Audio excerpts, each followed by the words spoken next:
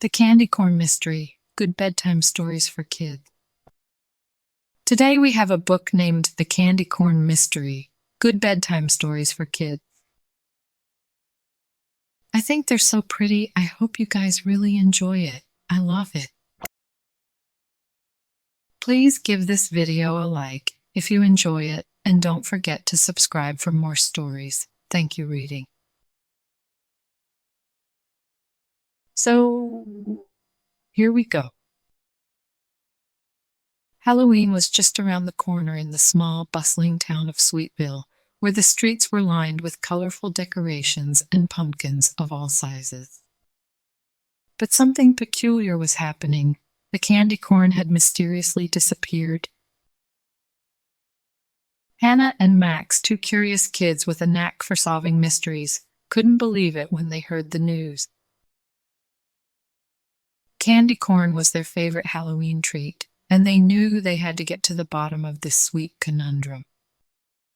On a crisp October morning, Hannah and Max gathered at their secret detective hideout, the cozy attic of Hannah's old Victorian house. They spread out a map of Sweetville, marked with locations where candy corn had vanished. It was time to crack the candy corn mystery. Their first stop was Mr.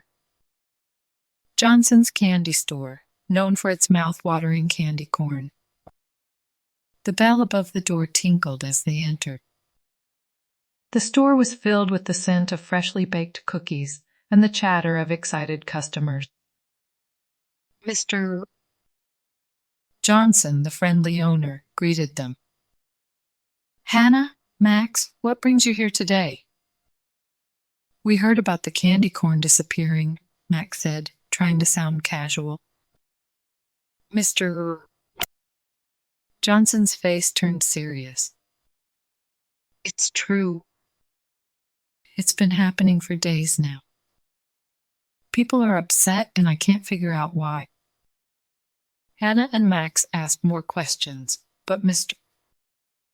Johnson had no answers. They left the store, puzzled and determined to investigate further. Their next stop was the Sweetville Park, where the annual Halloween festival was being set up. Colorful tents, games, and stalls were being prepared for the big event. Candy corn was supposed to be a highlight of the festival. Lila, the friendly organizer, was busy directing the setup. "Lila, have you noticed any strange occurrences with the candy corn?" Hannah inquired. Lila frowned. "Now that you mention it, yes.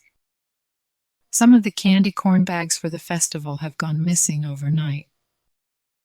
It's causing quite a bit of stress." Hannah and Max exchanged knowing glances. It seemed like they were getting closer to solving the candy corn mystery.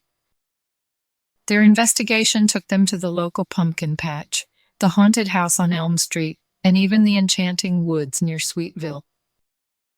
Everywhere they went, candy corn had disappeared. They interviewed townsfolk and gathered clues, but the mystery remained unsolved. One evening, as the sun dipped below the horizon, casting long shadows, Hannah had an idea. "What if we set up a stakeout? We'll hide and watch the candy corn stash at the Halloween festival." Max nodded in agreement. "That might be our best chance to catch the candy thief red-handed." The night of the stakeout arrived.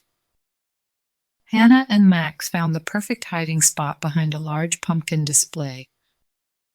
They had snacks, walkie-talkies, and their trusty binoculars at the ready.